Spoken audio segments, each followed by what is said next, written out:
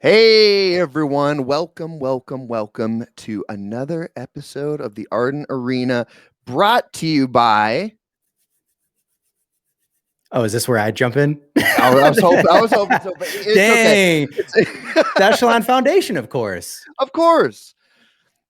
Rye, how are you doing today, man? I'm great, dude. Good. We got some big baddie matchups today. That's true. And a little bit of a switch around. We were gonna have the bad boys of Parallel duking it out, and we just have a different bad boy. Yeah, and it's the rumor is someone by the name of Mr. Goon dropped out, so we had to fill in his spot. I'm not really sure what happened there, but we still have Kalos, and he's going to be facing off versus Astro. But first off, I want to get into what our leaderboards are looking like right now. Ryan, tell us what you see. All right, great. Well, I see the same 1-2 from the other day when we hosted on Sunday, but maybe a little bit of a mix-up here in terms of Kartoa. I don't remember Kartoa being 3 on the list and win condition up there as well. Maybe I'm wrong. And I know Brazy was already in the top 10 as well as Nomega. But yeah, maybe there's a little bit of some movement there. I see Azul North up there too. So yeah, we have some movement, which is exciting to see. Devmon crew in there as well. Exile obviously in the running with a few of these lads. But yeah, this is exciting because we're getting closer and closer to the tournament play-ins. It's true. Yeah, we've got today's stream, of course, which you're watching right now. And then Thursday, we've got another one for the play-ins. It's going to be good. And then the real business starts on Friday through Sunday. Absolutely. So Muka and Kawa are going to be back on Thursday. And that is when you're going to see the live play-ins for the additional spots for the top 32. And we're going to take a look at those brackets right here in terms of the top 32, or sorry, the top 30 are guaranteed. And then those 2 additional slots are going to be played through within the play-ins as well. So you're seeing a breakdown here of what you're going to encounter on Thursday with Muka and Kawa. And all of these matches are best of 3. And yeah, we're getting into, spicy competitive territory here, which is really fun to see. So this is basically bum fights. Yes. Yeah, it's an optics thing. They didn't want to use that terminology, but okay. Yeah, it's pretty close. Okay. It's pretty close. Okay. Yeah. It's the peasants outside the castle wall. There's only 2 spots left in the castle. I don't know how castles occupancy works. I'm sure the fire department is only allocated so many castle members. There's a drawbridge and it's going up quickly. You know what I mean? Okay. Yeah. And so we're going to have them duke it out on the drawbridge. Losers fall into the moat, winners get in, and then get to battle for the sweet, sweet grand prime prize. It is a crocodile-filled moat, but that's correct. Perfect analogy. Will there be any crocodiles in Planetfall, if you had to guess? I mean, I'm starting to see some hints of animals. There were literal shroud zombies today, so yeah, we could absolutely see crocodile humanoid Planetfall figures. I wouldn't put it past the Ogden Corps to modify some crocodiles. To robot crocodiles? Yeah. Are you kidding me? That'd be scary, wouldn't it? If Tane went up against a bunch of robot crocodiles? Anything's a better matchup for Tane than that gorilla robot. It's true. It looks like a little weak micro machine. Doesn't stand a chance.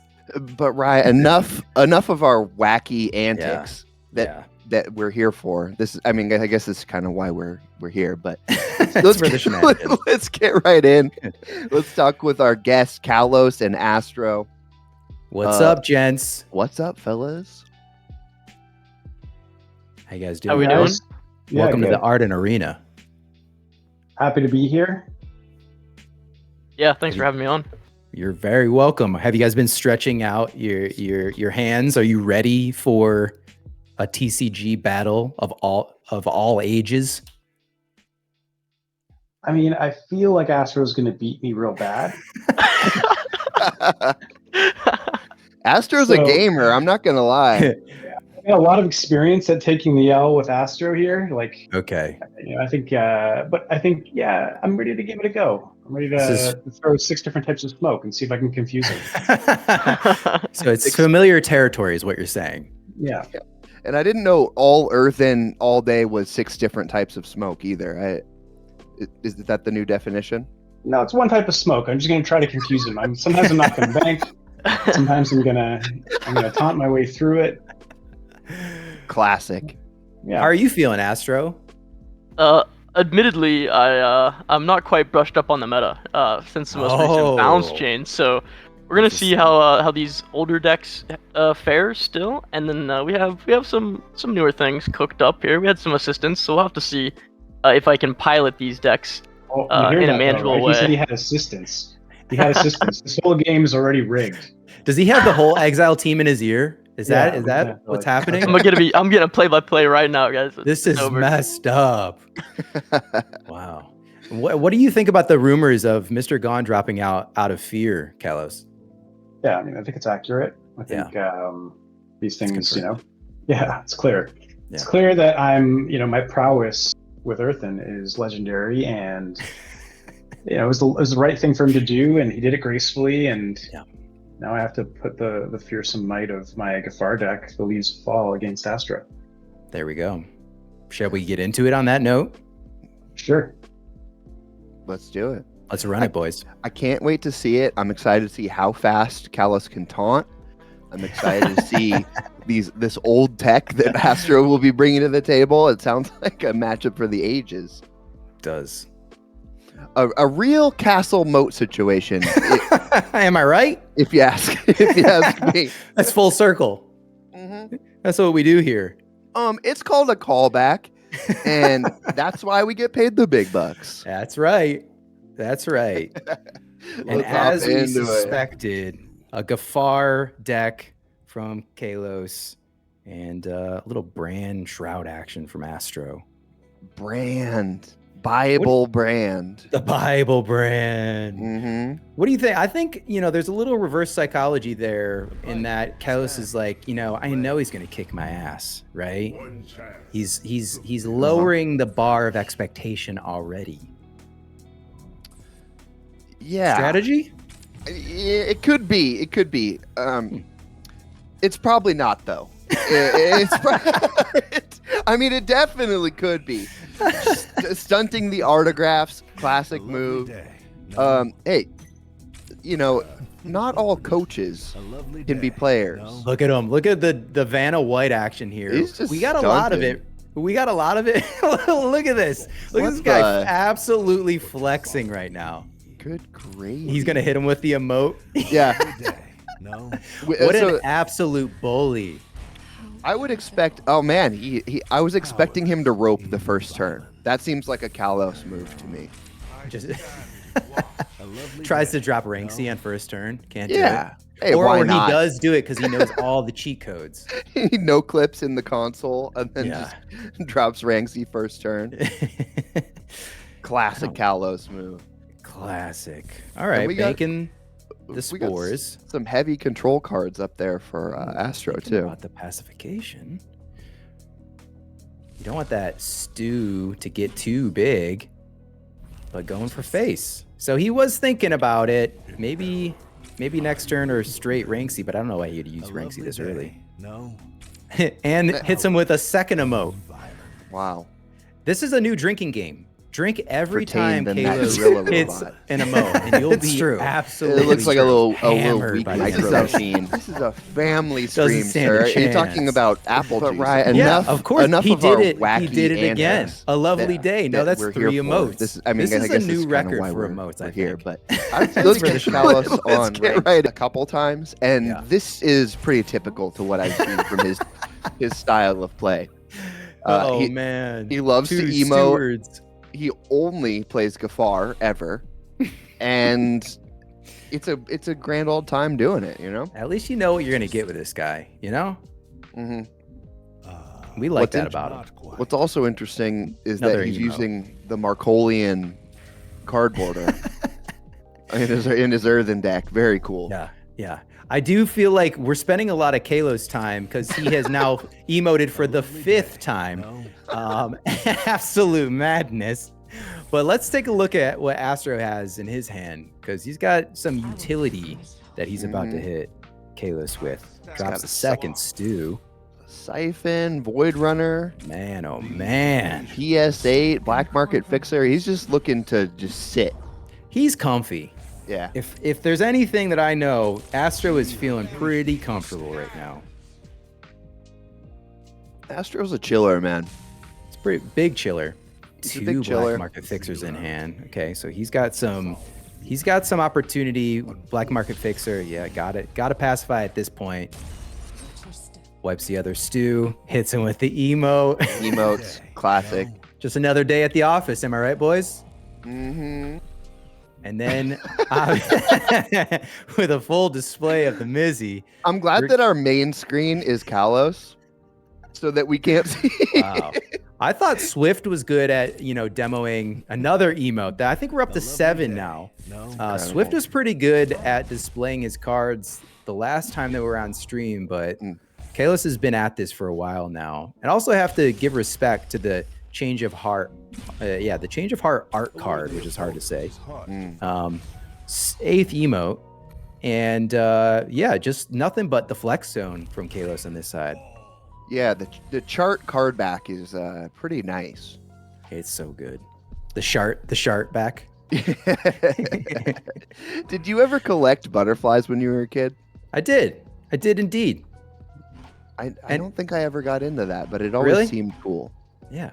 Oh, he's all over the map. I think what he's trying to do here is he's trying to throw us, and I appreciate it. He's trying to crew boss the opposing Paragon, and that's a level of play that we haven't quite seen in this tournament yet. Is that a leak? Alpha, perhaps, for Planetfall? Yeah, what's he trying to tell us? New mechanics? No. You can now play a unit on top of the other Paragon. That is 10 emotes. I might have even missed a few. We have now hit 10 emotes, a new all-time record for any match that I've seen. Can we get a emote production? Can we get an emote counter? Can someone work that up real quick?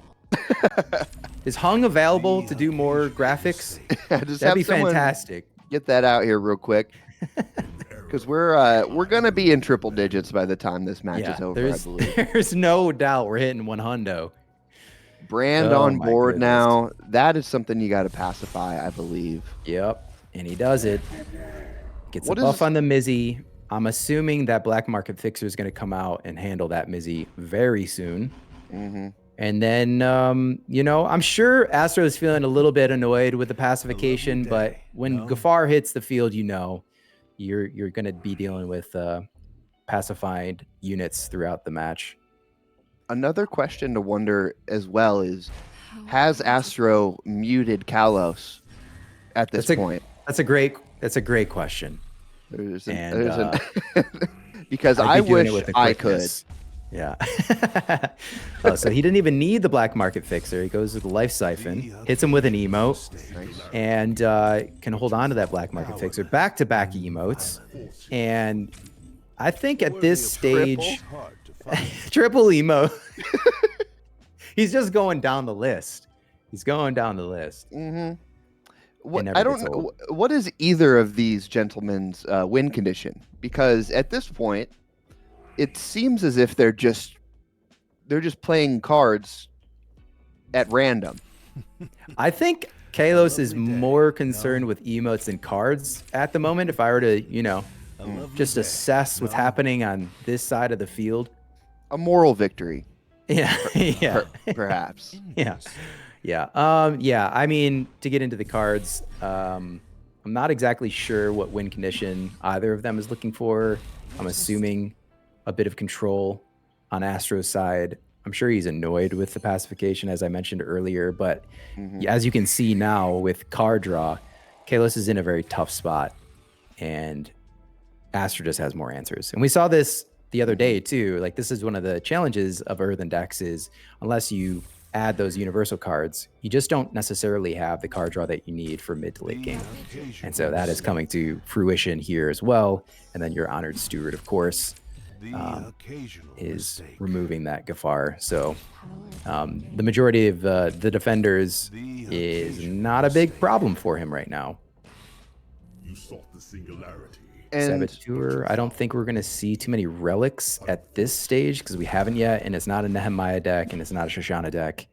So he might not even need the Saboteur. Callus is putting a lot of resource into that Steward of the Garden. And as we can see, Astro has the card in hand to be able to just steal that at 8 energy. Yeah. It's not great. It's going to hurt. It's not great. But he's trying to put spores on the Paragon at this point. Yeah, I mean, if you spores the other Paragon, then you can sometimes unlock a hidden mode. Apparently. Allegedly. That's the rumor. I think there must be a hack where if you hit 69 emotes in a game, you might be able to unlock the dogs. I can't confirm yet, but we're gonna find out and see. Dude, did you listen to, it was a while ago, the spores hits. Did you see the podcast where Merchant's like, I'm done with dogs, man. Oh yeah. He's like, I'm just not having it anymore. It was a source of sadness and pride at the same time. Yeah, it certainly was. It was a bittersweet dog symphony. We know we live rent-free, Merchant, but we're also sorry. That's how mimetic we are. Yeah, exactly. That people want us to stop. We make the canon. Man. Well, what do you think Astro's moves are here at this point? Because he's going to get a little bit of a wipe with the spores here on his Stewies. But he does have more answer. I mean, he just has more to work with. I just think it's going to be a slow game at this point. I got to be honest. I think his play is to start emoting more. And then just keep that steel card in hand until like Tane comes out is probably his play. You know, there is I discounted the psychological warfare that Kalis is playing.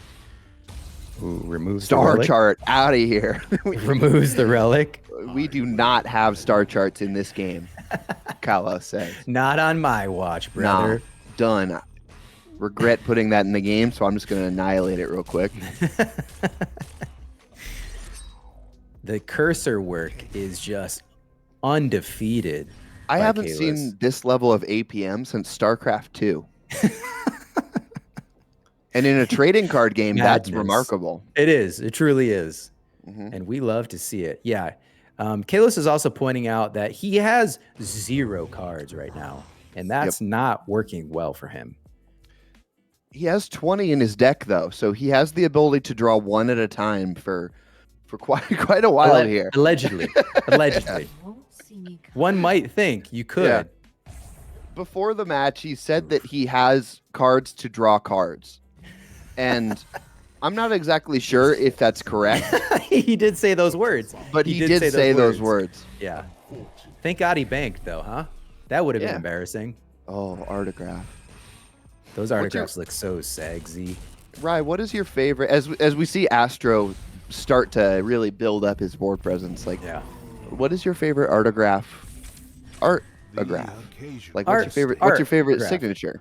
Well, I got to go with the OG Oscar Mar. I know he's not on socials anymore, so I don't know if he'll ever get this message or hear this, but got to respect the king, the guy that brought all the whole crew together, and it's OP. If you get an Oscar Mar autograph, it's from PS15 or from an early set. Yeah. And I love an Oscar Mar signature. It's like having a Prince autograph from pre-Purple Rain. It's true. It's actually the exact same. Yeah, it's like he doesn't exist anymore now that he's not memeing on social media. But he's just really busy building. Astro is cleaning up right now. Kalos's only move is to emo at this point. Keep it going. We are GGs, folks. There's no bypassing those 3 siphoners with the Bulwark Seeds. Unless he had a change of heart that hits hand, he could remove them, and we could be on for another turn potentially, but within a turn or two, it's done. Yeah. Is there anything? Could you draw another spores? Spores and Formidable Presence. Right. But then he gets 3 cards back from the Siphoner. Yeah. No matter how you slice it, it's done after this. He's just slowing down the game at this point, probably because he wants to get in at least another 50 emotes. It feels like a Frankenstein's monster situation. How so? Kalos makes this game, and it throws a lady in the lake. And the change of heart. It kidnaps children from the town, and then all of a sudden it's turning on its creator. Yeah, and we're seeing it live. Here's another emote. I hope someone actually counted how many, because I lost track. I also hope someone really did turn this into a drinking game and is schmammered right now. We are not liable for any drinking games, apple juice or otherwise, that have been embarked upon by any viewers of this program. It's true. We'd like to put that out. We deny all responsibility. We are sponsored by Mott's, however. Thank you, Mott's, for sponsoring this stream of the Ardent Arena Tournament. We appreciate you sticking with us. What happens if you drink too much apple juice? Because if you eat too many carrots, you turn orange. All right, back. Apples, All right, GG's. GG's. Hey, wow, absolute great. High-level play. Absolute record for the most emotes ever emoted in a game. It's true. It's true. There's not much to say besides that. I mean, Kalos, did you have a strategy when it came to emoting? I had a better strategy for emoting than card draw. you said I came out swinging and then just didn't get the draw I needed, and I ran out of gas. You said before the game began that you have cards to draw cards. We didn't see. Yeah. What do you mean by that? Much of that. What exists in that deck? Well, there was a card draw card. there was what's the card called? The Diplomat. The Diplomat's a card draw card, and it's a defender. Yep. But I didn't really hit some of the stuff I need to really make it work. We're going to try it again, same deck. We're going to run it back. It's fair enough. Astro, how do you feel? And at what point did you mute Kalos? Actually, we let the emotes run wild that one, but we managed to just outlive the initial onslaught, and he ran out of gas, and so my card draw is pretty easy to control with the brand deck, so it kind of let me take over at the bottom half of the match there. Was there any enough gloating, Astro? Enough gloating. Yeah, what a poor winner. Damn. Was there any point where he got in your head, Astro? It was psychological warfare with the emotes. Was our I think thinking. about 10 deep, it started getting to me a little bit. Yeah. Started second guessing your moves. It was pretty unrelenting. Yeah, it was like, did he want me to play that? Is that what he wanted? Couldn't quite get a read on him. Yeah. If only you could see how many autographs he was right-clicking and spinning around. He would have been on full tilt and for sure would have lost that match. You were in the flex zone. Mm-hmm. Yeah, I was hoping he was, screen peeking and you'd see it and you'd know. You'd know. Look, I didn't stand much of a chance. Let's be real. I didn't stand much of a chance there. I didn't get the draw I needed. I didn't get the Mizras I needed. I didn't get the damage on them I needed. Yeah. I didn't get anything I needed. It's a tough matchup. Okay, let's do it. Okay, well, we're gonna run it back. Are we not? You running it back? You want me to stay Shroud? You want me to run it back? Something else. I know you've got more than one trick in that pantry of assault that you've accumulated in preparation for this. Like I said, man, in my ears, they're telling me, they're letting me know. Play the oldest deck you have, Astro. Yeah, play the most busted deck you have. Yeah. Most busted deck I have? Yeah. I think you guys could probably guess what that is then. It's not Yawn, because that's an A tier deck. I mean, it's not my deck. It can't be my deck. Play him. I don't have a lot of play time with this deck, so we'll see if I can pilot it correctly. Markolian vehicles, do it. I know you guys are having a good laugh at that play, but that same deck keeps me in platinum. Damn. Yeah. All right. You can't knock it. Oh no! Here we go. Oh my gosh! Punk Lemmy is back. Spider-Man 3 Lemmy coming through, knocking people over, playing jazz, ordering pizzas. This is gonna be one for the ages. Dance routine in 3, 2, 1. Well, you know what? Go. I think Kalos has an opportunity here if he just chops him down at the if he emotes enough, if he chops him down at the knees every time Astro's board gets wide with spores, he's gonna continue to take his momentum away. So there might be a decent match here. Spores is great in this matchup. That's for sure. Yeah, this is a comfort zone for Ardent. And Astro said he was running old decks. So, I mean, what patch is this deck from? Was this pre the godlike Markolian buffs, or is this post godlike Markolian buffs? I mean, I feel like even with all the patches that we've had, there are enough of your staples, which I'm seeing in hand for him right now, too. He has enough of the staples where it doesn't really change that much, right? Like I know that there's a little bit of finagling with like which cards that you include, but I see fire support base in there. Like I know, I'm assuming that he has a longbow. So even if it was from an old patch, it might actually still hold strong.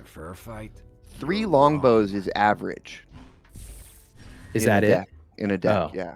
Oh, I thought you were talking about length. Height. Size doesn't matter, dude. Height of longbows is Wait a minute. What matters. This is bullshit. He has Muriel in the friggin' deck, man. This isn't an old deck. He's a liar. This is a new deck. This is a brand new Markolian deck. He's sandbagging. Man. Astro is sandbagging. Oh, man, I don't know the new meta. I haven't been keeping up with things.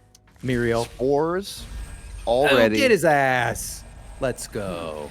But Astro's still, he can just repopulate. Yeah, I would have waited to hit spores, honestly. I know it's a lovely day. It's an easy grab, but you know, you gotta expect that he's gonna start hitting with a longbow carrier, and he's gonna get the buff with fire support base, and then you got the Lemmy that comes out. Like I'd just be holding that in the back pocket, taking some to face if I can, before I actually lay down the spores.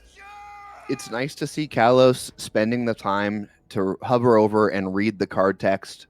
We like that for the game that he created. Yeah.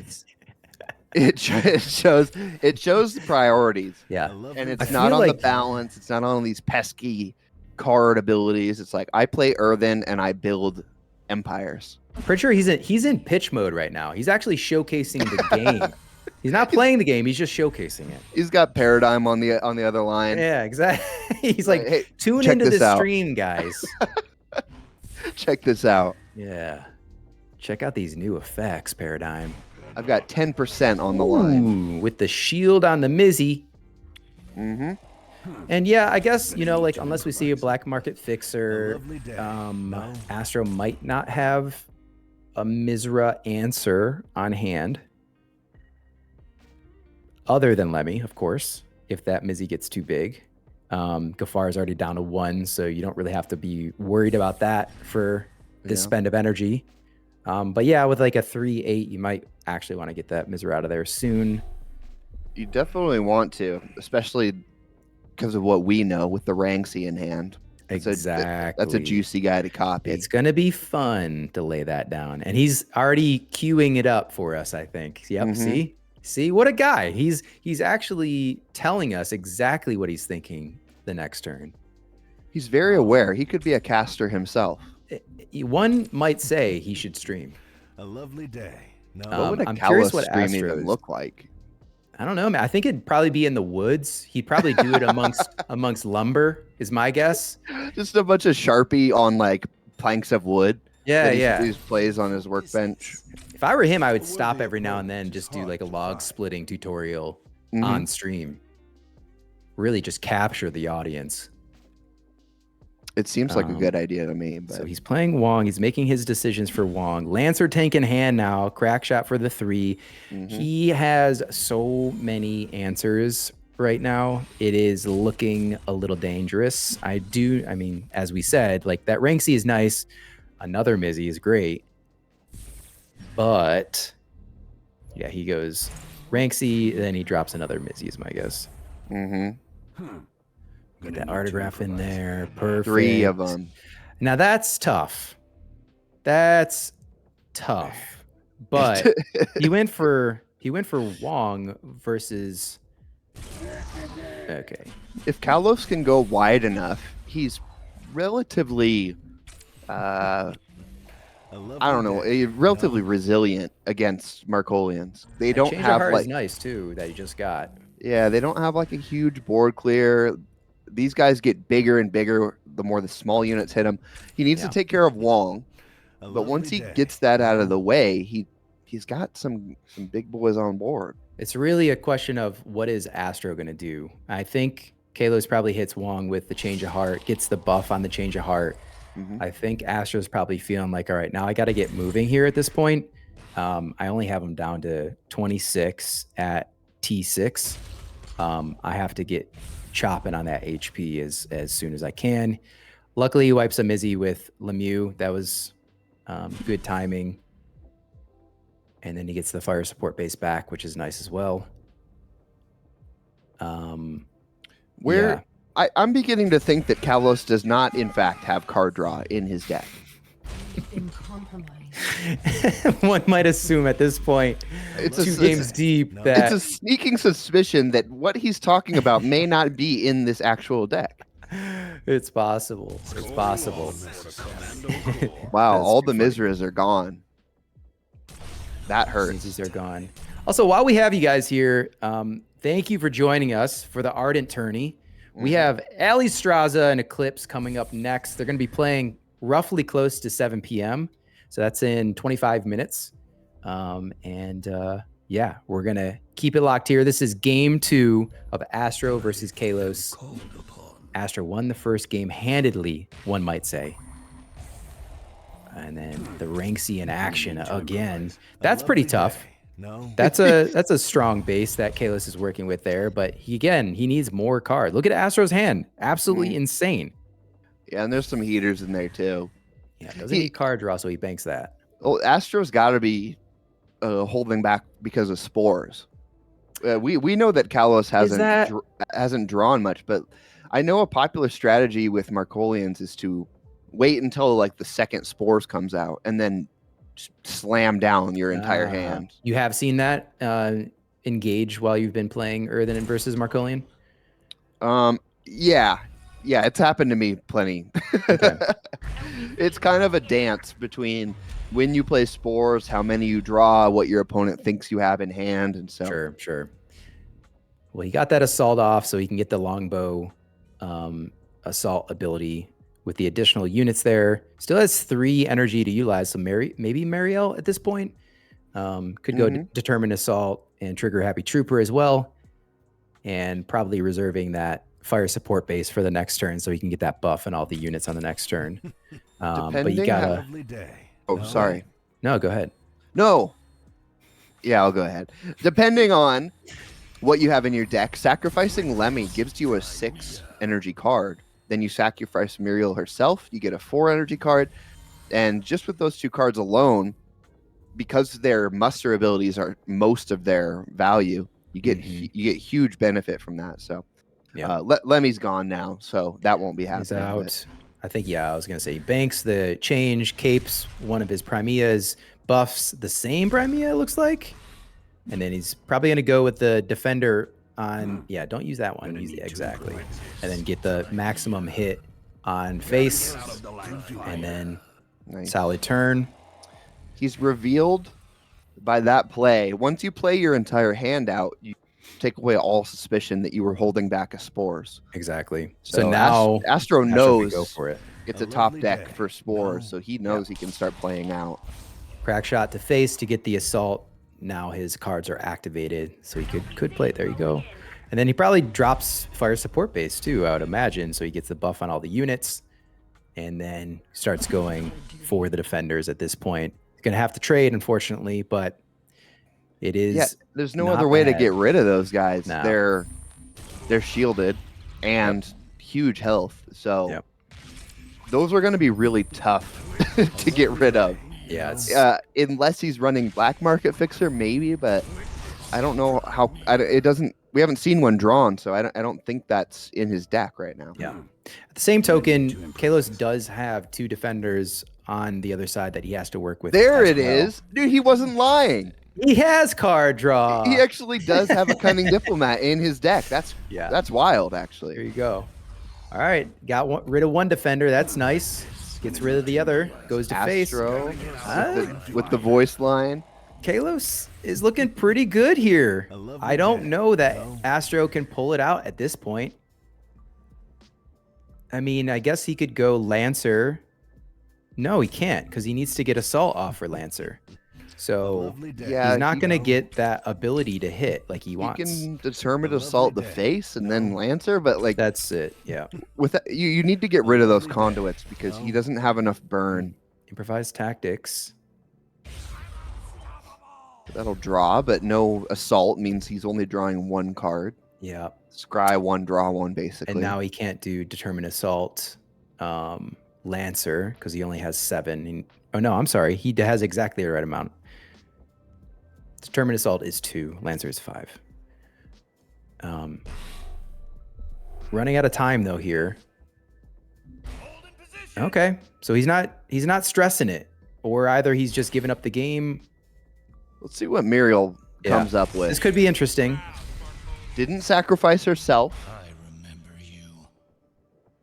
Vengeful ally it's doesn't not what help. he needs. It's not what he needs. Yeah, and the taunt comes out from Kalos. That's salt in the wounds. Another. This is a GG. I'm sorry, Kalos. I doubted you. I didn't think you had any card draw. He's got 2 of them, buddy. He's got at least 2 in his hand. There's the win, boy. GG. Wow, an incredible turnaround. Oh, baby. Oh, good. We were getting nervous there, Kalos. You guys all watched me beat a cracked deck. How you like that? That was impressive. We were getting nervous. Nah, man, no. The leaves of fall come through. When the wind blows, it takes the leaves with it. And boy, was it blowing. Yep. Yeah. We were beginning to doubt whether or not you had Cunning Diplomats in your deck at all. And it turns out you actually do. They came at the end. Yeah. They're there. They're just sometimes they're shy. But yeah, no, it worked out. I mean, that's how the deck's supposed to play and like absorb on, essentially it's like the play is the idea of the deck is like, okay, get out Steward of the Garden, get out Mizra. If you can get an Aurora on it or a Malachite Shield on your Steward of the Garden, buff your Mizra, use Mizra to take all the damage and absorb, and then get to mid to late game where you can get Premium Conduits out. And then ideally you have a situation where you either got a Mizra mid game or a Premium Conduit mid to late game, and you've got rank C, and you can just double up and start smoking things. Hell yeah. And that worked out. I don't know. Either I worked out or Astro through the game too. Astro, give us a really quick feeling on the game. We're going to get into a third one and try to sneak a third one in. I mean, I handled the triple Mizra. I thought I had him. I was like, okay, you did great on that. His Mizras are gone, and I hung the Ranksy. I left the Ranksy out, and that was I blundered big. I was like, you know what? What else is in there that the Ranksy could be scary on? And I was like, Kane, no, it's a legendary. And then here comes the Conduits, and that was a mistake. Leaving Ranksy up, a mistake. That cost 100%. Me the game. That cost me the game right there. That was a really great match, super close. It was good. I was not sure I could handle all 3 of the Mizras, but we could. But yeah, we left the Ranksy alive, and that was a blunder. Yeah, you never leave Ranksy alive. When you did that, I was like, I saw you leave it on the table. Gotcha, bitch. Yeah, I'm gonna take advantage of that. The mental warfare began after that. Yeah, it was really embarrassing.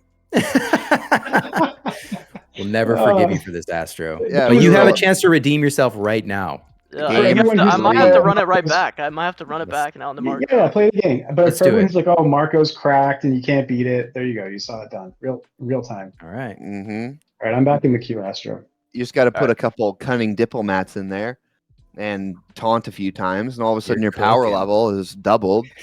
Yeah. He's over Super 5,000. Yeah, exactly. Yeah, go tanks. Exactly. Go tanks. Mm-hmm. All right, gents. We'll see you on the other side. Running it back again. Gafar versus Lemmy. Baby. Something tells me Astro's not going to make the same mistake twice. He's right. Taking care of those Mizras was big, and it looked impossible, honestly. It wasn't, though, surprisingly enough. And if he would have taken out that Ranksy, it would have been a different situation for sure. Holds on to the spores. Full mulligan. Full mulligan. Steward of the Garden, great, though. Mm-hmm. Probably holds on to that Ranksy, too, given what just happened in that previous matchup. How bountiful. And Astro has all the low-cost units that he needs to get momentum started on his side.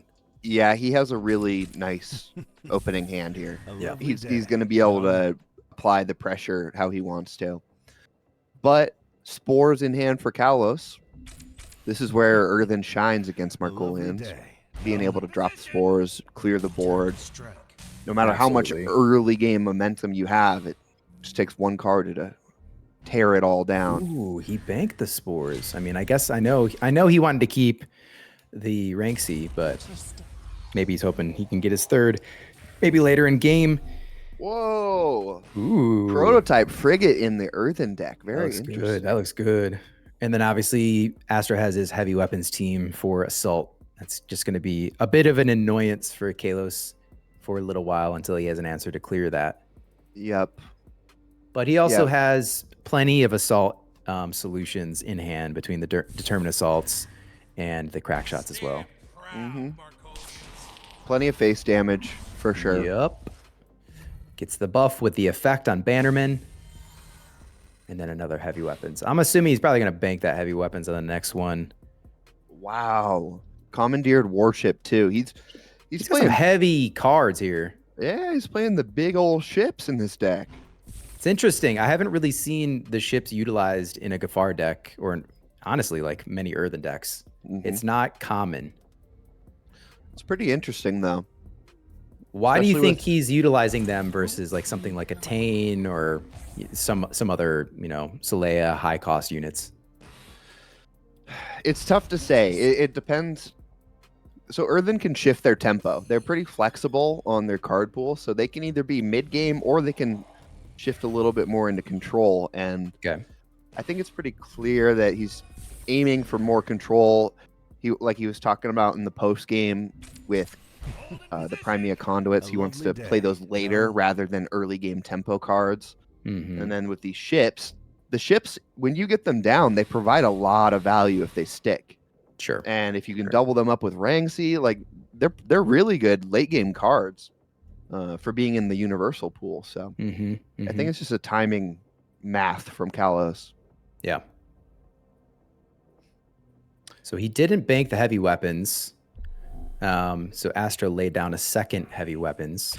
It looks like he's making a decision there. He was trying to figure out what his appropriate move was, and he went with the Determined Assault. He's not losing Assault anytime soon. No, that's for sure. So he's probably feeling all right now. That's for sure. Vengeful Ally, great 2-cost play. Great to get that one out in a Cathari or a Markolian deck. Hits him with the spores again pretty early, but then again, Vengeful will help. Vengeful. So the way that Vengeful works is if you play him on the right side of the board, spores as it kills units will take them out from left to right. So he gets buffed. The ally will get buffed as things die, and even if it was going to die, it'll gain health before. So. Yeah. I didn't see if Astro banked yet. I would imagine that he would want to get that Vengeful out to get the buff on those. Yeah, there you go. He banks. Now he's going to play Vengeful. Kalos did mention he was going to maybe skip banking. I don't think we've seen that from him yet. He said that in the green room, and I couldn't tell if he meant it as a flex or a complete mistake. Okay, you should definitely play that on the other side. The Vengeful, but does it matter really? That's my question. Is they both have 2 health, the Bannerman and heavy weapons on either left side or right side. If it doesn't die, then I suppose. Now he gets the buff because of the Annihilate. Yeah, I guess that's okay. Muriel is going to be helpful here for card draw. Yeah, unfortunately, the Decay is going to be taking out those cannons. Yeah. So he's not going to have the same options he had last turn. That's true. So does he go Wong to get the card draw? Oh, he's going to want to wipe that Ranksy, that's for sure. Well, especially after last game, but I don't think he's going to be able to yet. Because of our X-ray caster vision, we know that Kalos doesn't have the same juice he had. Exactly. So Ranksy just hangs out. No. Astro doesn't know that, though. That's true. Brings out Wong. Wong's a great play either way. That not only draws cards, but also buffs up your ally. Yeah, you definitely want to play that probably before Muriel anyways, given that he needed those cards to utilize. Wong's doesn't have very good stats by himself, so he's a great target for sacrificing. Yeah. It's a Mizra. He goes, oh, wait. Ranksy copies it. They're both low. He wanted to save the fungi then. I'm surprised he had 3 energy left. Why do you think he left the fungi on the table?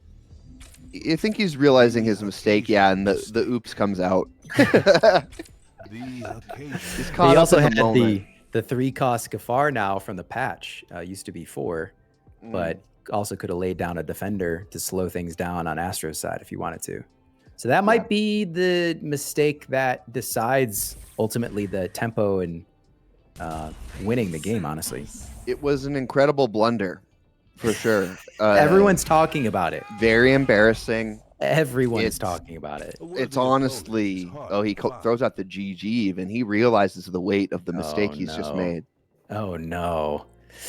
Yeah. And this is why you can't get high on your own supply. Kalos came into this threatening termination, threatening to patch the game, he was talking all sorts of crazy stuff. And he said in the green room, Astro, I will ban you. I will ban you from the chat. His ego got the better of him, and it is coming back in spades. It was rather scary, actually. Yeah, I was scared. I had to get consoled. It was a lot. It was a lot of yelling. Almost didn't show up for the stream. Yeah, and this is beyond. This is a little behind the scenes look at what a tyrant Kalos actually is. But sorry to break the illusion for anyone watching. Yeah, never meet your heroes. Am I right? Exactly. Yeah. It's not looking good right now, man. That's unfortunate because I think this game would have been a lot different had that last turn not gone the way that it did. But as you can see, Astro's just laying on the hurt right now. Yeah, it's good for Spores though, which is good for Spores. The singular card and this is where the positioning of the Vengeful does in fact come into play. Yeah. And so I'm assuming Spores will come out. Will kill that one Vengeful, but the other one will get enough of a buff, right? They both will survive if I understand correctly. And they'll both be giant. I think this is just GG, but yeah. Yeah, he definitely is going to have lethal considering the 5/7 on the left side there between the Lancer Tank and the Vengeful, which are both should be able to survive. Yeah. And so it is lethal regardless, but I was curious to see how the Vengeful played out like a 10-5. So that one died, and then I thought the Lancer Tank was going to die. I did the math wrong. But either way, Astro takes it. A resounding victory against holy smokes, GG's, the tyrant. The tyrant Kalos fell once again. So I'll tell you, I made a huge mistake there. Yeah, you did. I did not play. I could have kept my Mizras both alive. Had I played I had 2 energy and I had fungi. You had 3 energy. You had 3. I had 3 energy and I had a fungi and I didn't play it and I ended turn because I was excited. Yeah, you could have played Gafar as well. Yeah, we were thinking you're going to play Gafar. I thought so, and then I was like, well, and then I did. Yeah, I made a mess of that one. It would have been a different game for sure. Yeah, well, and then Astro's board got really wide. Astro saw the hole though and took advantage. He penetrated straight into it. Now I'm tilted. Now I'm gonna be like, Astro, you need to play me a game off stream. I almost ran out of gas there. I was running out of juice, and thankfully I was able to take it over the line there. But those are some close games. Wong was big, and those vengeful allies were also big for you. Yeah, the vengeful allies were good. You did. Yeah, you played well. I got to get some Wong action. Wong's what? It's 2 cards you get. You can pick from 3, up to 3, or you can pick up to 3, and then you get buffed for the different types of cards you pick. Pick one. Yeah, I got to get some Wong in my deck for sure. But yeah, it was great. Thanks for playing. That was fun. Thanks for being here, guys. This was awesome. Mm-hmm. Yeah, and it wasn't embarrassing for anyone at any point, and so that's the good part. That was loaded. The first and third game I mean, the third game was just like a hodgepodge of mistakes. The second game I came out swinging and looked like a champ. The first game was not great. Either way, you look good doing it, man. Now you're just hey, just saying. Waving it in my face. Just saying. The autographs, the Vanna White action that we saw throughout the matches, you really brought the heat. You should be a caster, Kalos. I mean, that was Have you thought about it? I'm gonna go pro. I think I'm gonna go pro. I think I should stick to making games rather than playing them on stream. Yeah, you guys are pretty good at it. Yeah, those were fun. Astro, what are your thoughts? Take us into the break as we get ready for Eclipse and Alistraza. Yeah, sure. So the last game, we had a decent start, and then thankfully we had some answers to the Mizra. We took a gamble on leaving the Ranksy alive. I evaluated that one pretty heavily. I was like, last time I did that was a mistake. But I was just trying to think of like, what could he copy here that I couldn't answer? And we still had Lemieux ready to go to take out any unit if we needed. So that was kind of my my confidence boost there to leave Ranksy alive. And thankfully, it worked out where we didn't quite run out of gas when I thought I might have, and he didn't have the answers that he needed, so we were able to pull it across the line. But some really good games and a ton of fun for sure. The worst part about that, Astro, is I did have the answers. I just didn't play them. Oh no! That's the best part. No, it was good. You did great, Astro. You're awesome always. So thanks for the fun games and thanks for having us. GG's guys. The Ryan Murphy Show. Yeah, that's you us. Got it. You guys were both awesome.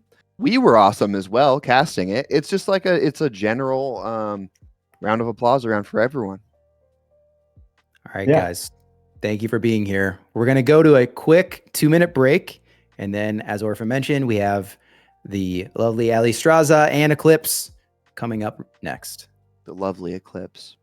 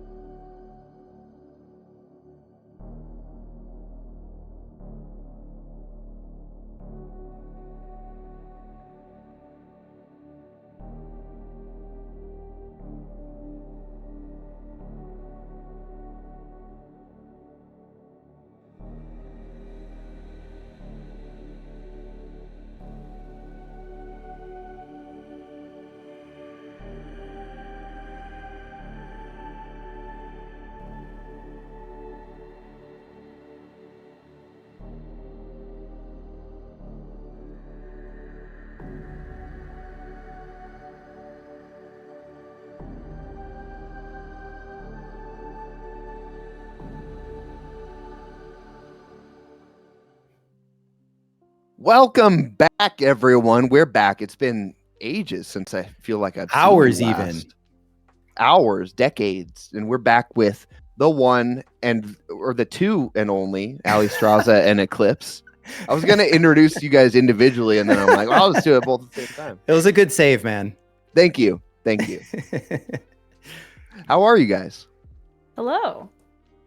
Doing well. I did take a drink every single time Kalos emoted, so I mess up on stream. You guys know why. The excuses are starting. Yeah. Was it apple juice or was it 151? It was a special kind of apple juice. No, I'm just kidding. Okay. I'm happy to be here, guys. Thanks, Mott's. Thanks for sponsoring us. Yeah, this stream is brought to you by the official sponsor of apple juice. That's right. Eclipse, what are you drinking on your side? What are you using to prepare for this match? I didn't even have a water. It's 6 a.m. for me right now. Oh my god. Oh my god. What a hero. I hope I will be able to drop some cards on the board. Wow. So eggs and toast on that side, it sounds like. Mm-hmm. Have you ever drank before noon, Eclipse? That's illegal. No. Okay. Me neither. I've never done that either. So. You'll get banned from the game if you do that. Mimosas for brunch? Not a thing? Yeah, if you want to go to hell. What's the parallel most likely to have mimosas for breakfast? Mimosas for breakfast. That's got to be a Markolian thing, right? Probably. Pinky I out. would have said Marco for sure. Yeah. Speaking of which, no, Marco seems pretty strict, and regimented. With they do. Maybe not. Augencore probably has spiked motor oil or something. Mm-hmm. Just some greasy, high-proof alcohol drink. Confirmed. Yeah. Well, speaking of different parallels, what are you guys playing lately, and what do you have for us today? Well, you don't have to reveal it if you don't want to. I still love Shroud. I understand that Shroud is not quite the move, because if you hit a Marco, it feels pretty bad. But it's still my favorite parallel, so I'm kind of stubborn sometimes, and I still run it. Okay. But no, I've been running Marco and Earthen as well, so it's been a good time. Awesome. How about you, Eclipse? Yeah, me too. I always try to play what's in the meta, but I loved Qatari back then, and I hope it will be good again at some point. There's some rumored Skippy changes coming up based on some chatter that I saw between Not So Fast and Merchant earlier today. So I think your wishes may be granted, Eclipse. Yeah, I feel like the nerf to passive was too much. Yeah. Maybe if you could spawn 0-1 one turn and second turn, it would be 1-1 at least. If it switched each turn, it could be fine. But each turn you get 0-1 token. Rough. Yeah. I think the rumor is when you play Skippy, he's a 0-1, but each turn he gains 1 health. So he'd be 0-2 and next turn, 0-3 turn after that. Interesting. Yeah. So we shall see. But with that being said, do you guys want to get into our first match? Let's do it. All right. Oh, baby. Would you like to bet? Would you guys like to bet on it? Or how many apple juices are we betting? Yeah. Let's take this moment to start up some illegal gambling. 4 apple juices. Whoa! Holy! That is a heavy first bet. What do you guys think of the chips? The chips are pretty sweet. I'm very stoked for the chips. Yeah, those look nice. Oscar Mark coming back at it. Prime in actual packs? Are you kidding me? Dude, imagine buying a pack and then pulling 200 Prime or whatever. My body's ready. Yeah. All right. So as you guys go into the game, you'll be muted, but Orphan and I will be talking over. So GG's. Good luck. Hello. Good luck, guys. See you on the other side. The classic matchup of Shroud from Ali and then Nehemiah from Meta Guild Eclipse. The new dawn. Here we go. Meta Guild. Advance ends More like here. Sweaty Guild. Am I right? More like Sweaty Players Guild. Am I right? No, Eclipse is great though. Ali's great as well. So this should be, I don't want to disparage anyone, but this should be higher quality gameplay than what we saw in the first. What are you saying, man? Portion of the. I'm not. What are you not saying? making. This is a judgment-free zone, and there's no wrong plays here, but this should be a bit more competitive. Yeah, let's see.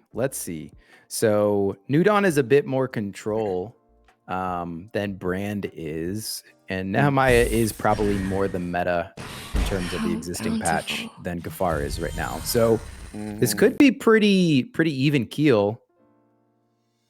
Yeah, after Gafar got nerfed a couple patches ago, he fell out of favor for Earthen players, and Nehemiah being able to swap around Defender against some of these more aggro meta decks is pretty nice. So definitely, this is more definitely on meta for what I've seen lately. For sure. Wow, a Bora already in hand from Ali too, huh? Yeah, she's got to hold it, right? That'd be outlandish to bank. Yes, I guess. I mean, I don't even have that card because it's a legendary, so I don't have firsthand experience on when to bank and when not to. Also, shout out to production for expanding the hand of Eclipse on the fly. Thank you, guys. Yeah, that's powerful production capability. Sure is, baby. Man, look at Allie's hand right now. Holy smokes. She's got it all. She's got Stewies. She's got Saboteurs. She does. Stewies, Dabbies, Phillies, PS80s, all of them. No more Bories, though. She banked that baddie. A little bit heavy, I guess. I can see that. That makes sense to me. Premier Conduit came out. Banking the Mizzy. Probably because you're thinking Wong obviously stronger. Student, a great play. Mizzy, probably a good target for banishing. Oh, man. Nehemiah out already. Wow. That feels early, but it makes sense to move forward if you want to. Right. Now, I thought Nehemiah... Oh, okay. I saw what I thought was a steward that said 0-4, and I was like, it should be 4-4 once Nehemiah hits field. So maybe that was just a visual artifact that I saw on our side. But yeah, all their attack matches their health once Nehemiah hits the field. Yeah. A 4-4 it is until Nehemiah is gone. And yeah, I mean, that's an easy banish. Yeah, you've got the Honored Steward able to take that out. Yeah. No banish, straight up banish the card in hand for Ali. So that's pretty much the math if you want to get rid of that right now. Right. I mean, I'm assuming Honored Steward's going to be the one. You're going to have to wait till next turn, no matter what you do. So you're at least taking, I'm assuming 7 to face from Nehemiah. It seems like it. Wong going to be a strong play coming up. That could be next turn easily, unless they do Student Malachite Shield. The Student is nice. The heal doesn't matter so much. For those of you that don't know, whenever you play a card down when the Student's on board, you get +1/+1 and 1 damage healed to your face. But with both sitting at 30, that doesn't matter too much. So it's all about getting big boys on board and keeping them there. Ellie checking her Singularity. And I'm I would assume we see a Wong on this play. Right there. One thing that I'm noticing is a lot less emoting going on. A lot less autographs, a lot less random mouse movement. How do you think that will affect the play here today? Yeah, well, clearly neither of them are going to feel the same psychological warfare that Astro felt. I also feel like they got health notes already. Oh my god! Scratch. Yeah, Nehemiah gets out of hand quickly. Oh my god! That is hurtful. Very similar to the Beal versus Kinto match where Beal actually defeated Quinto on T4 with a Nehemiah deck, and that was super aggro. It's powerful when it hits. Well, because Malachite Shield is it gives 4 health, and then with Nehemiah on board, wow, that's so crazy. That just ended like nobody's business. Lord. That was aggressive. We were like, maybe he's playing Nehemiah too early, and then he was like, hold my apple juice. It was like 20 to face. Holy smokes.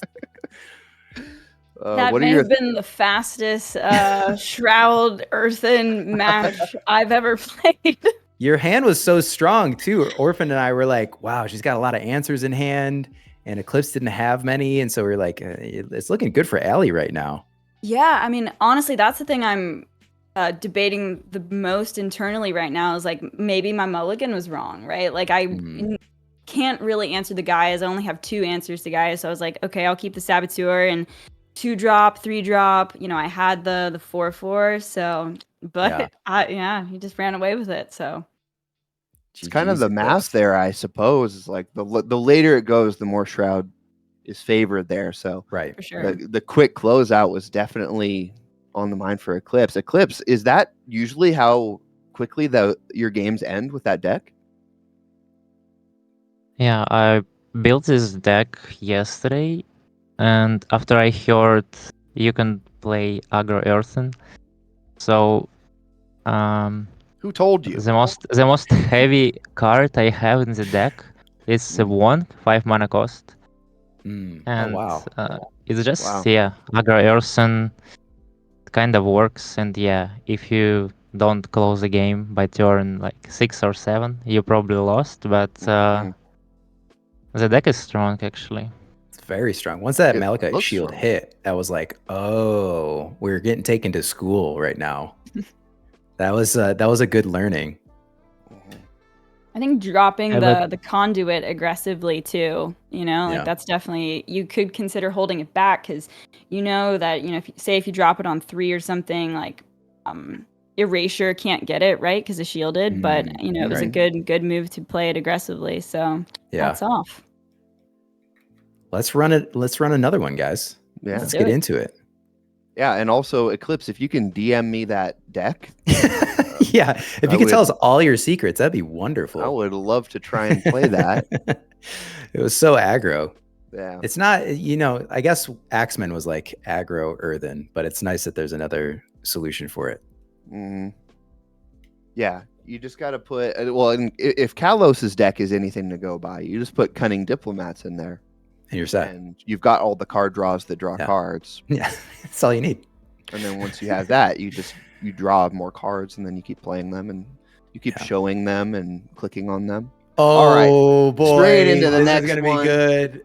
This is gonna be good. Versus Marcolian, the Spider-Man 3 sequel. Mirror. So obviously this favors whoever goes first, but there should be a fast-paced game. Menu. It should be. And that's the word, right? Menu. The word is that standing by. Whoever goes first has a slight advantage here. Grizzled Scouts. 2 Grizzled Scouts here. Haven't seen the Grizzled Scouts in the recent Marcolian meta. Yeah, so the Paragons are matching, but that doesn't mean the deck builds are matching. So I'm interested to see what type of funny business we got going on here. The hands look almost they're almost practically identical.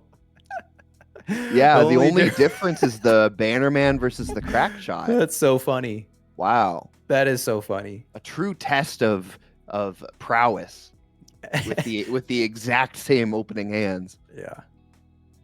Man, that scope card back that Ali has is very nice. That's one of the premium Battle Pass card backs, right? It is indeed. Dude, I can't wait for the Earthen Battle Pass. It's gonna be good. I kind of like the approach too, where it's like every season gets a little bit of a different look at the parallels. Yeah, I think that's good pacing. The theming's nice. Yeah.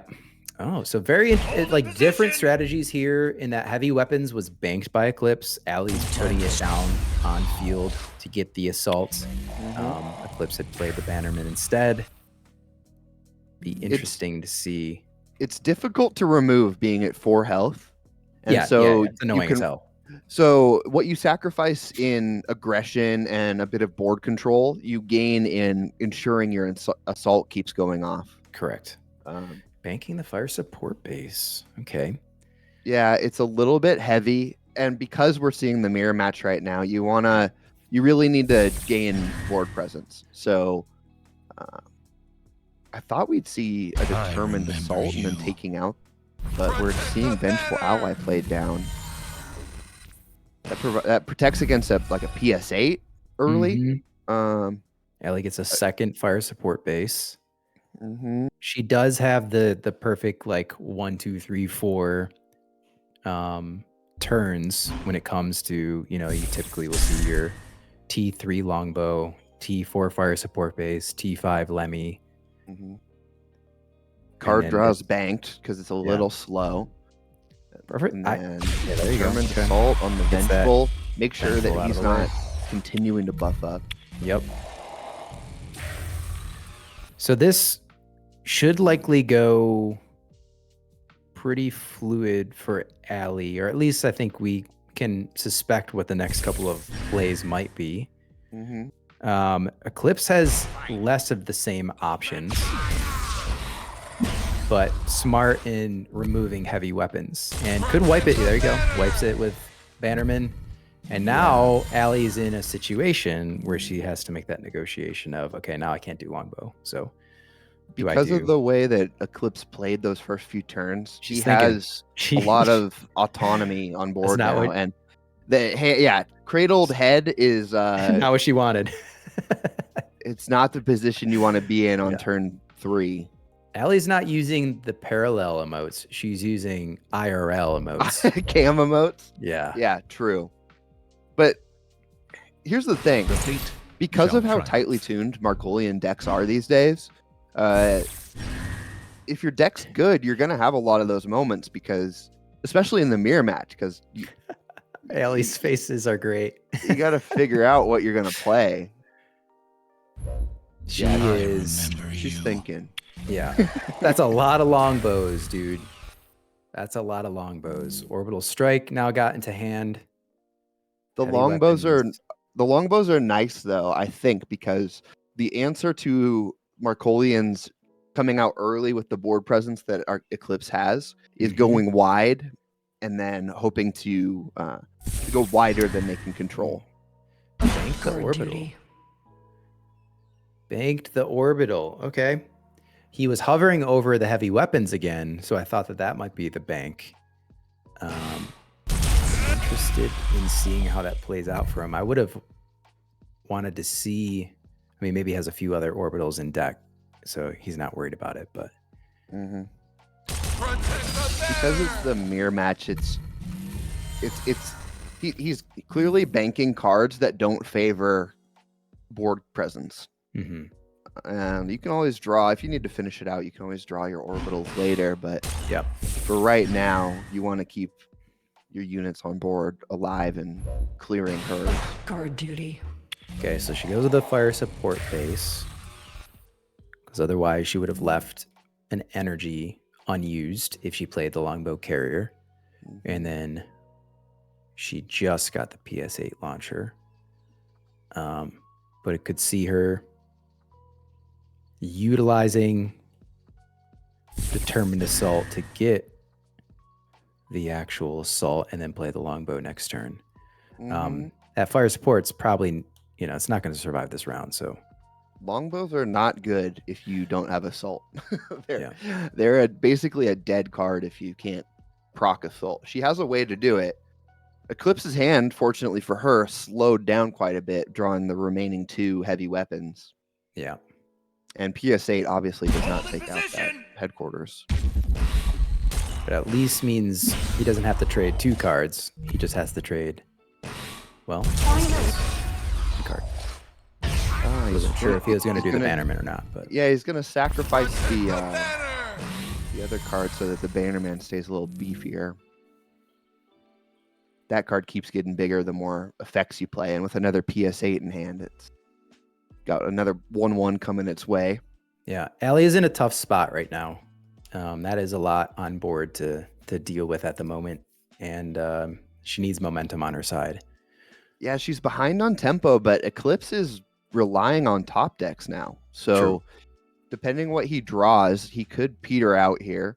The mirror match is interesting too because Lemmy destroys a card when he comes into play. So the first to play Lemmy gets theirs removed. You know, it's much better to play second, your Paragon second when it's in the mirror match. Yeah. I am wondering if she does the Determined Assault Longbow combo. Thinking about it. In the face though. So you're not going to get that assault to go off. You'll only get. Okay. Reserving it. Yep. Reserving it. I like prioritizing the Bannerman because once it gets past 3 health, shall triumph. You're into only being able to take it out with Orbital Strike or Lemmy. That Lancer. Here comes that Lancer, though. Yeah, and because of the heavy weapons, it's got Assault ready to go. She might have seen heavy weapons fire support and thought, okay, this is the time to wait until I play the longbow. Engaging. I have a turn, and this is the opportunity. But that Lancer was definitely the card that Eclipse, one of the cards that Eclipse was looking for. Yeah, it's a good card. It was like perfect timing to get that card. It's a very good card, and it's a must remove threat. Like you almost don't have a choice on how to play your turn here because you need to remove it with probably Lemmy, right? Yeah. And that's probably the debate that Allie is having with herself right now is when do I pull him out at this moment? Because I know that Eclipse is going to answer. Yeah, and being at 12 health, it's not like you really have much time. No. So. Attacking with the Trigger Happy Trooper activates Assault, though, so you can get a card back, which is nice. And she wanted that Assault to go off before she played Lemieux, obviously, so she could muster all 3 of those abilities. Muster? I barely know her. I guess technically muster is choose 1, Assault is do all 3, so it was the Assault that led to Lemmy's Assault. So you get a card back, you get Lemmy down there, everything gets +1/+1 for the turn, but that doesn't matter in this situation.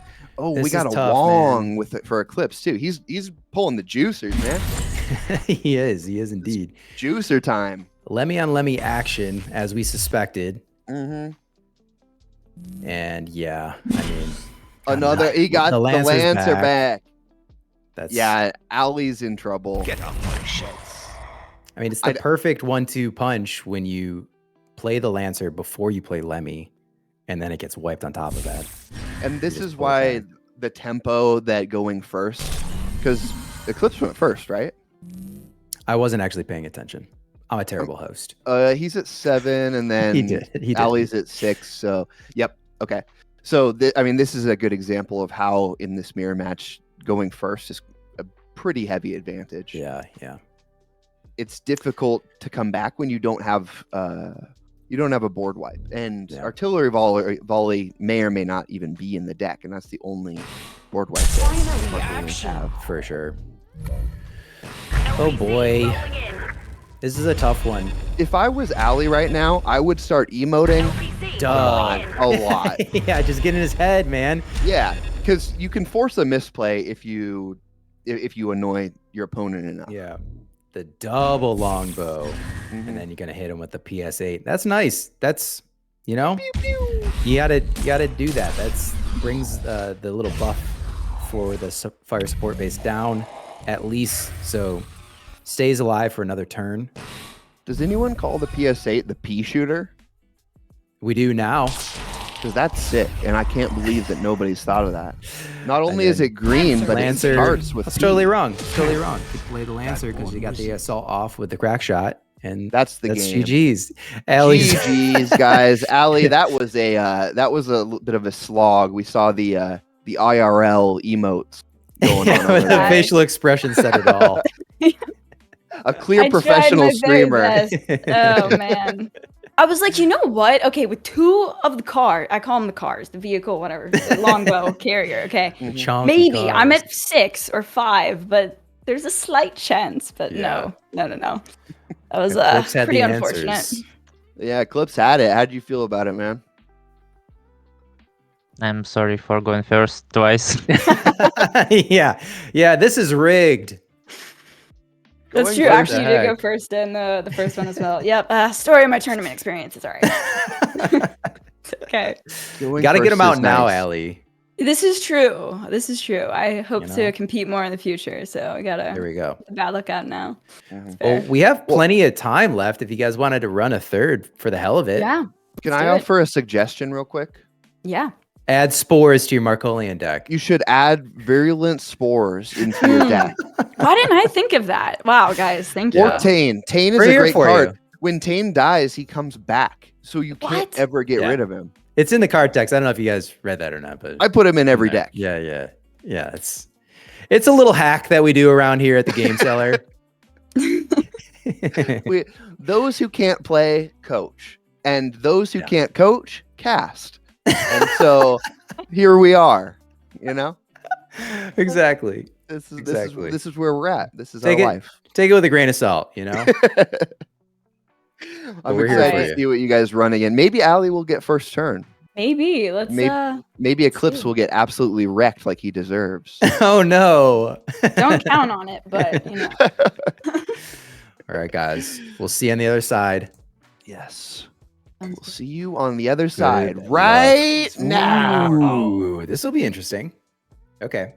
Nehemiah Juggy Workshop. Let's see what kind of Juggy Workshop he is utilizing too. Is it Stray Og? Is it Universal Freitas?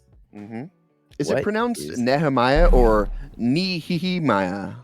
It might be the latter, but they're still workshopping it as well. Combat protocols initiated. Yeah. We are still in closed beta, so there's plenty of things that can change.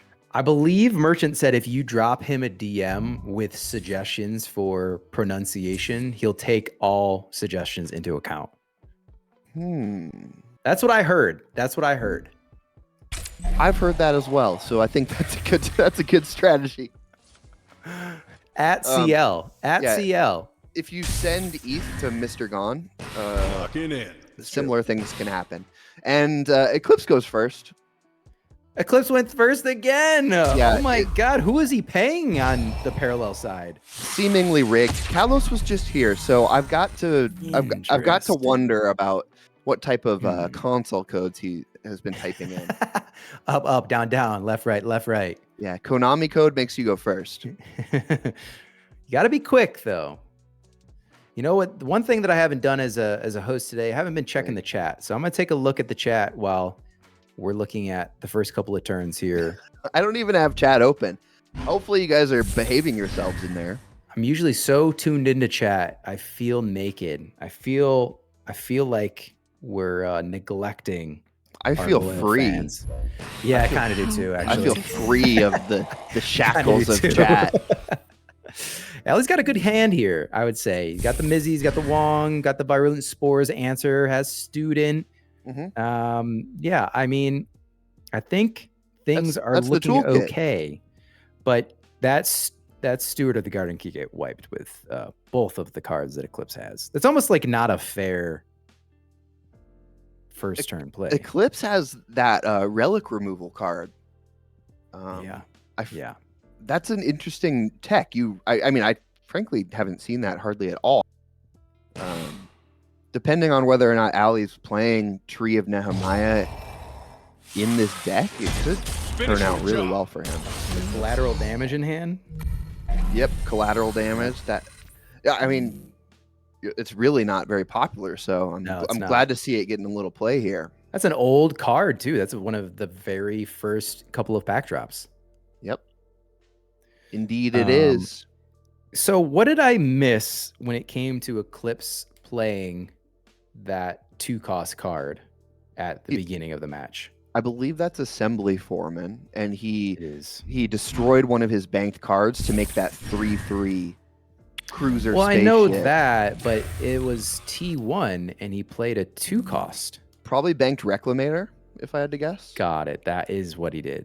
That is what he did. I just didn't see it happen. It's a crazy fast start. I played against one of these so strong these Encore decks a couple days ago, and Reclamator into Assembly Foreman on turn 1, and then making a 3/3. Now you have a 2/1 and a 3/3 on turn 1. Like that's some power. That's some tempo. I mean, it feels like, on top of that, him going first, it feels like he's at least 2 turns ahead, just given that combination alone. And then continuing to lay down these servo arms, it's complete madness. So I do have to wonder if Allie's thinking, all right, I'm not going to lay any of my units down at this point. I'm going to wait, let him get wide, and then hit with Virulent Spores to even the playing field. And then, yep, here we go. That is the downside of destroying your bank in order to get a card out, is just 1 Spores and it's gone. Wow, a Jonah in Allie's deck too. I have not seen a Jonah played in forever. Very interesting. I have not seen a Jonah in so long. She's got the Tane and the Jonah in the deck. It looks like if the game goes late, she's probably doing all right. She just needs to, at this point, she's staved off the early attack, so she needs to survive the combo breaker. He goes defender on this to slow her down because he knows that she's going to start slapping units down? It's possible. Because, I mean, there's no point for assault, so she's only got 2... Eclipse only has 2 other options. I would wager that he goes defender.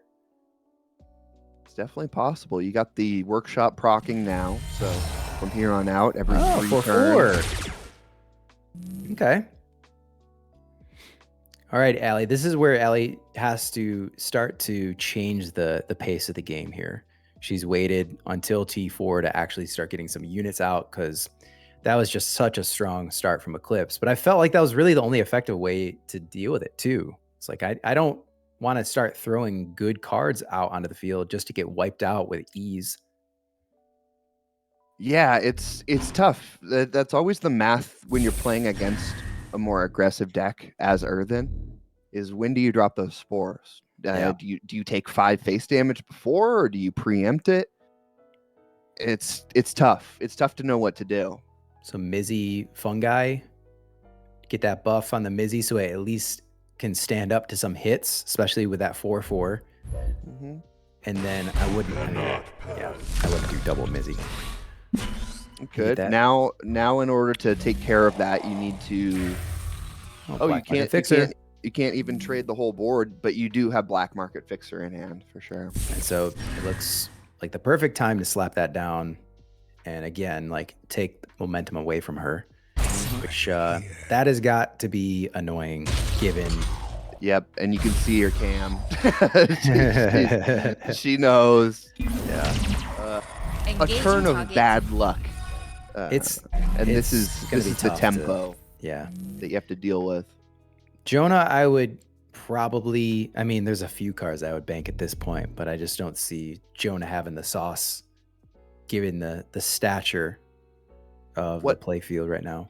Allie's got to be assuming that Eclipse has Kill Switch in hand to be able to hard remove something. But little does she know, Nehemiah could be a juicy card right now. Could stop a lot of the pressure that Eclipse has put on her right now. Gets the spores.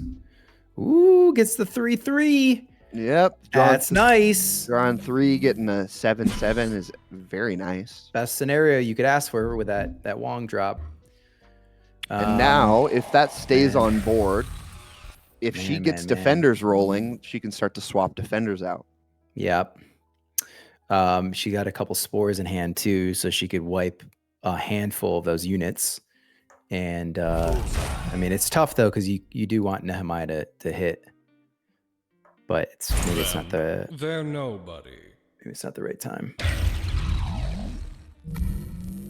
It's always the right time.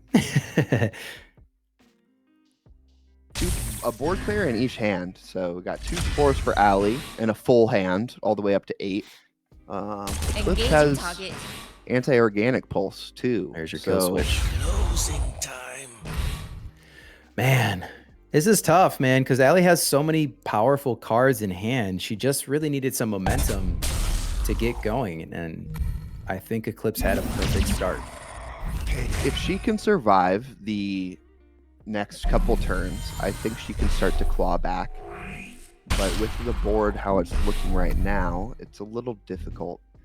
Yeah, but he also has anti-organic pulse too, so then he could, if she wipes with virulent spores, which she won't, because you'd still have the 4/4 would survive that. Then she's at least down to 6 the next turn.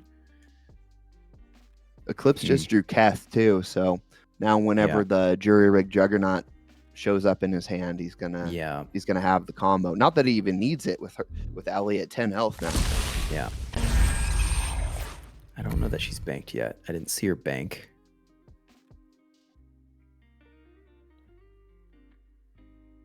She drops down spores anyways. I might have done Mizzy then spores. So you get that spores buff on the Mizzy. But maybe she has a different plan of attack at this moment. Yeah, Tane. Swiftly now. I was wondering if she was thinking about doing Doctor's Assistant instead of Mizra, and that's the reason why.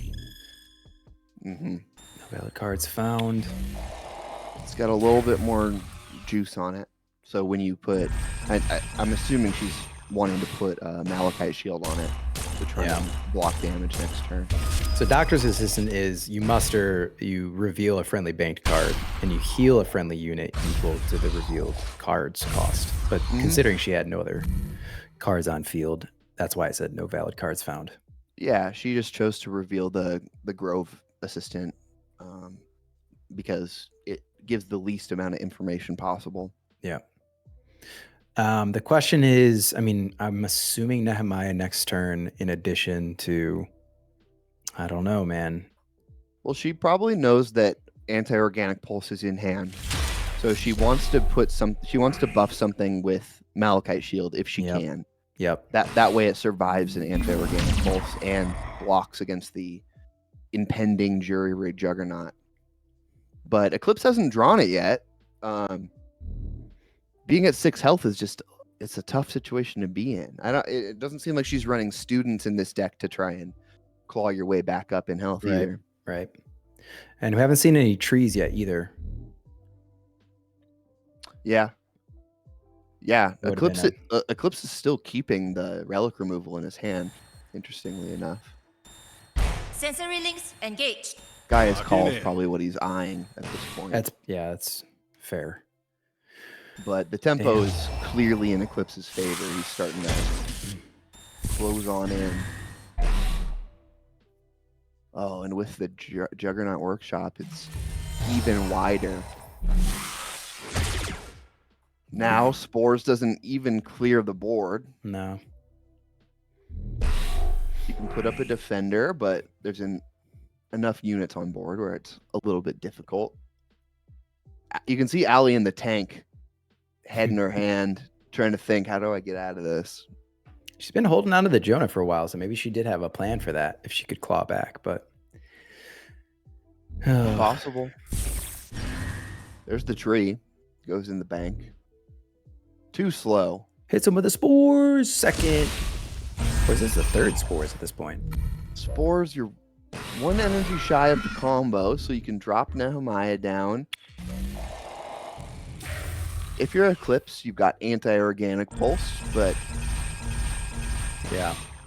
really, it's just kind of clearing your stuff too. I think she stays alive for one more turn here.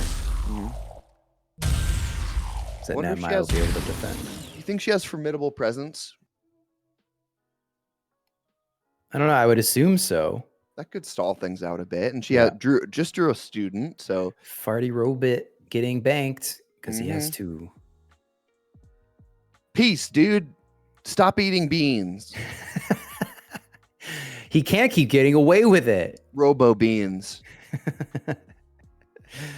All Ogden soldiers hate being around that guy. Are robo beans a fruit or a vegetable? It's a great question, man.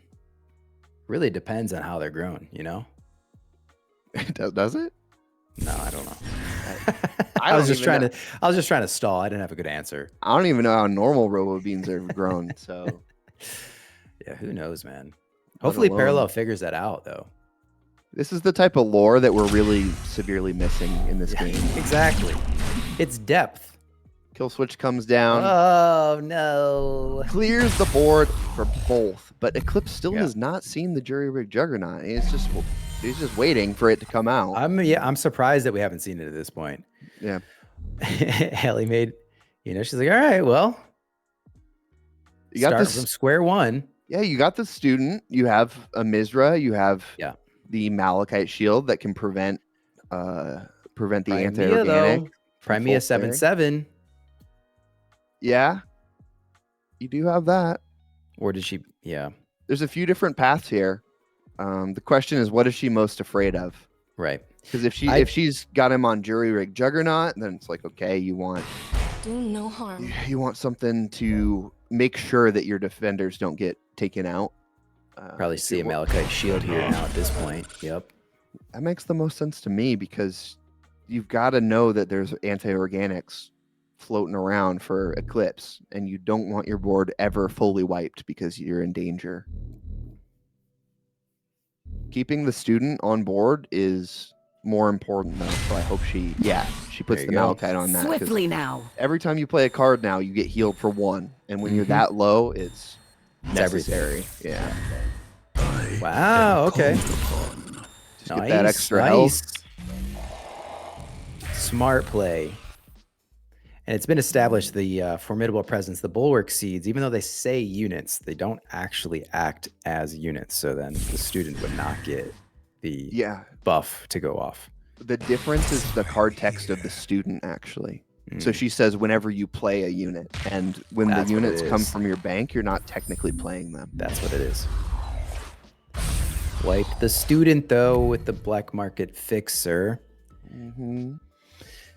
I don't know, man. This is interesting at this point. Yeah, this is the game. Allie has good late game. Yeah. There's more conduits in deck. Very early on, like she had the cards in hand for late game. And consistently, it looks like this deck is situated such that it's stronger in late matches. Playing the 1/1 conduit was an interesting call. She was worried about her board getting taken out. But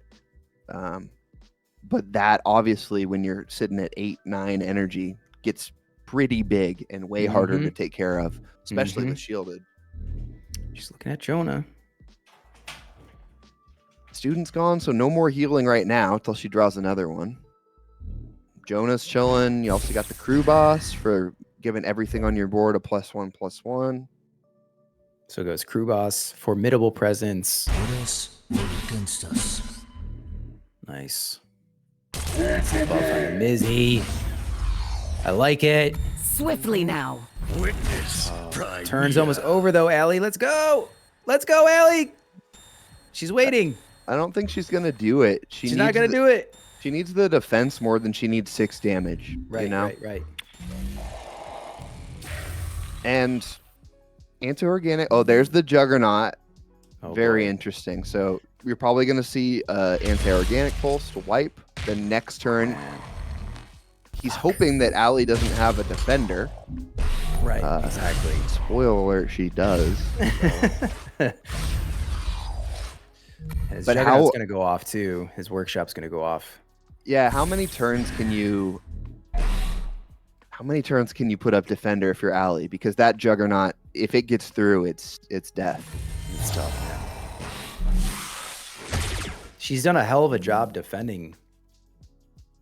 And she she's gets playing the Primea, well. though. The Primea is great. That's like definitely one of the cards that she wanted at this stage. Yep. 100%. Here's Jonah. There's Jonah. There's Jonah. Two roads diverge, and I cannot. Jonah's a 3/8, and if them called upon. when you block 3 times, you get to give everything pacify or take away all pacify, right? That's correct. 2 formidables. Holy smokes. So she could definitely drag this out a little bit longer with a couple of these plays coming up here.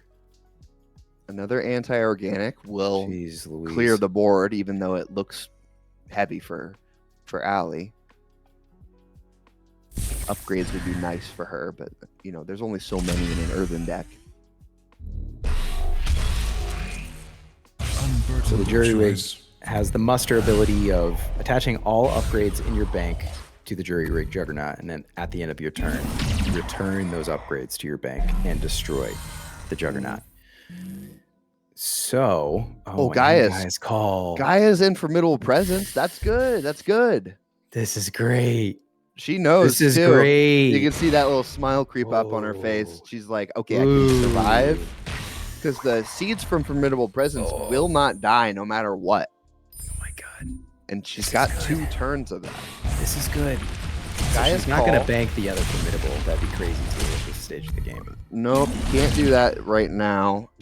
And you need the extra turn, and Gaia's Call goes off in 3 turns. So if she can pull another defender or another way to survive that 3rd turn, she gets a board full. Holy smokes. It's going to be down to that 3rd turn, though, because of the other jury rigged in hand for Eclipse.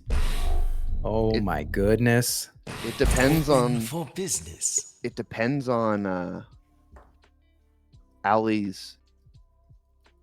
It depends on Allie's draw, but also collateral damage in the hand of Eclipse can take out that Gaia's Call. So it will not be going off, and that's why Eclipse has kept it in his hand this entire game. Like that's foresight. He kept that answer the entire game, which is kind of nuts. That is such patience. Yeah, and he's gonna play it here. He called it. Wow, dude. Allie's reaction. Yeah. No. Yeah. You got to feel for her because we also really wanted to see it go off too. That's a National Lampoon's Christmas Vacation moment. It's like no. He has collateral damage. Like, are you kidding me? Yeah. Well, I mean, what do you do? What do you do? Yeah. He kept and good on Eclipse, right? It's not like he lucked into that. He didn't top deck it. He kept that in his since the mulligan. He kept that in his hand. That's just for that scenario. He was waiting for Gaia's Call, wasn't he? Yeah, I wonder if he would have used it on Tree of Nehemiah had Allie played it. It's impossible to tell. But I wasn't keeping track, but I'm pretty sure that all the Malachite shields are used up. So I don't think there's a way to add defender. They're nobody. Barring drawing an actual defender card. Right. Yeah. There's the gone anyways. So the answers are gone. Ah, geez, man. Alex really he was prepared. He knows how to play his deck. He knows what he's playing against, and he played accordingly. I mean, good on him, frankly. Man. There's not many outs for Allie at this point, given how low her health is, and the tempo that Eclipse is getting from the workshop. You know, every 3 turns you're still getting. Well, it's a Primea that will save you for another turn. I am called upon. No, it won't, because you can graphene a unit on board, and then you can Juggernaut. Oh no, he has kill switch on the. Go off. Yeah. Okay, so that's clear. Juggernaut to stun. Dabbing on him. Eclipse doesn't use a cam so he can dab harder. That's the rumor. He's dabbing right now. You know it. Yeah. Man, He's got graphene. That thing's gonna overkill by beefy. That's gonna overkill by like 1,000, I think. Man. And he threw the graphene on for good measure. Huh? Here we go. Yeah. Why not? Wow. Holy smokes. Wow. Holy smokes. We thought there was a point there where we're like, Allie could pull this back. And then collateral damage. I know. Eclipse, you kept collateral damage in your hand the entire game. But in the end, it didn't really matter. No, I know. The guy is like, I had held out hope. I was like, you know what? With the extra formidable presence, like maybe I top deck another defender. Like I could maybe get to 3 counters here, you know? Yeah. And then, yeah. Well, it is what it is. GG's. That was a hell of defending, though. Yeah, I tried. I really did. Eclipse, you held on to that collateral, like Orphan said, since the mulligan. You were waiting for that guy's call. Yeah, I had it in the mulligan and I kept it. But that's only like the only way. That's the only way you lose that match, right? Is you don't have an answer to the Gaias. So yeah, good call. Yeah, and also if you like have Tain in your deck and you can upgrade it, true. It might be difficult for me to remove it. Yeah, maybe I shouldn't have banked the Tain then. I was kind of going in on the Gaias, but I suppose you would have had an answer both to either the Gaias or the Tain, so it is what it is. Well, I mean, collateral damage isn't really a common card, so it's a little tough to prepare for. Eclipse, why do you use that instead of some other relic removal? I know people are using different types. Is that your preferred method? Yeah, it feels like it's really cheap for the effect, so that's why I'm playing it. Yeah, I don't want to really steal Gaia's Call in Juggernaut deck because you have only like upgrades in your bank. So I'm not gonna pull anything out of it. So I just need to destroy it. So it's like collateral damage, Saboteur, and EMP. Yeah, and collateral seems like pretty good for its cost. Yeah, that makes sense. Might have to take a closer look at including that. I'll never play collateral damage.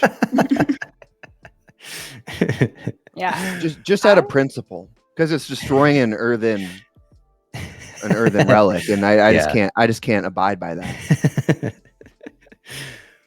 What were you gonna say, Ellie? I was just gonna say, with all the Ogden cores, like I don't know, is EMP still the move? Because I was considering that, in the New Dawn Shroud control deck, like, do you go Saboteur? Do you go EMP? Like, I don't really know. I have more of a clear wipe right now because I can't decide. Right. Yeah. I mean, what Saboteur is just one versus EMP, which gets the whole wave. Yeah, for sure. Yeah. Yeah, and EMP I can get the upgrades too.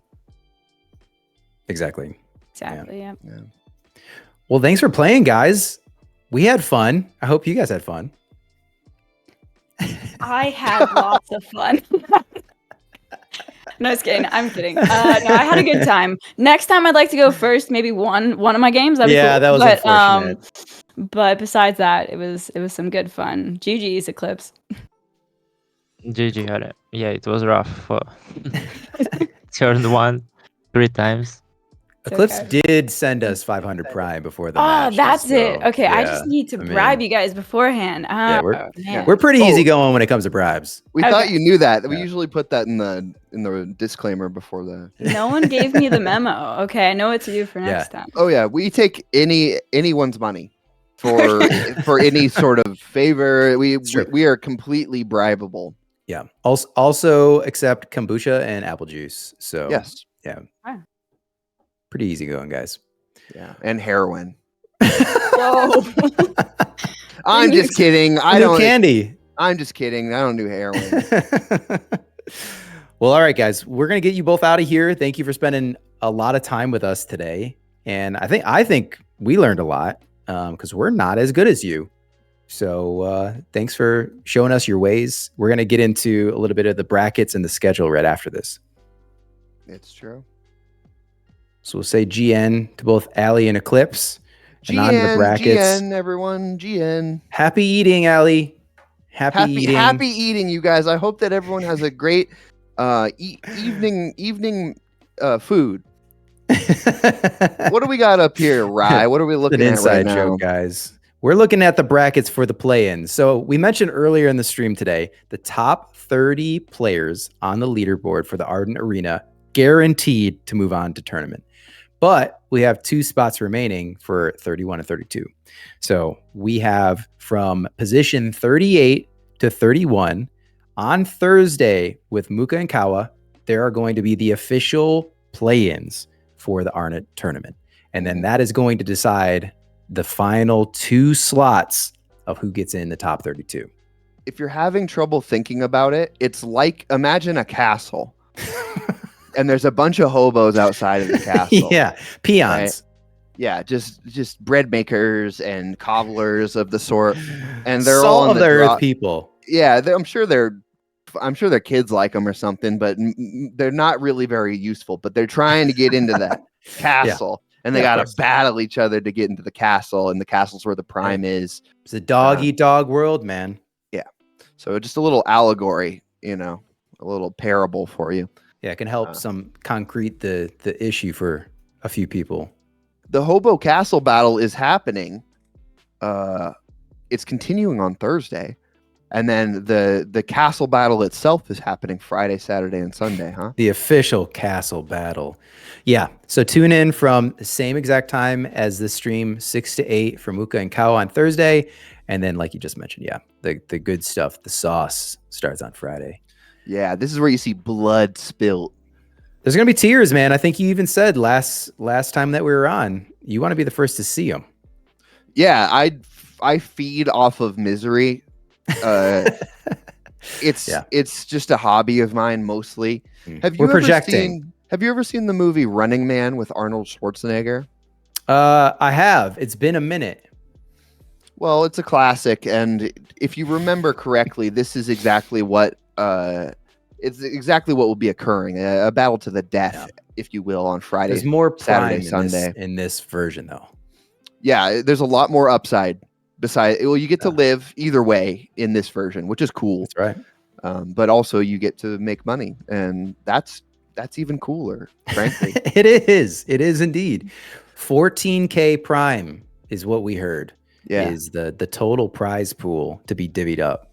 So you guys are going to want to grind, and if you're not on the leaderboard, you're going to want to watch the action. So tune back in here to the Echelon Ardent Arena. And thanks for being with us. This was great, man. Who was this stream brought to you by, Rye? Echelon and Exile and the Game Seller. Oh yeah. And we were all working in tandem, but thank you to Echelon for having us on. Thank you to Exile for the broadcasting, producing, being in our ears, organizing things, doing all that amazing work. And we're Orphan and Rye from the Game Seller. If you vibe with us, look for us on Twitch and YouTube at seller_GG and the same handle on Twitter as well. I'm also on Craigslist. He is that. He is Craigslist. I am Craig. Orphan Craigslist is his last name. That'll do it for us tonight. Thank you. Thanks for having a good time with us, guys. I hope y'all had a blast, a grand old time, and we'll be back on Thursday with Muka and Kawa. So we'll see you then. GN, Peace. folks. Peace, GN, everyone. See you on Craigslist.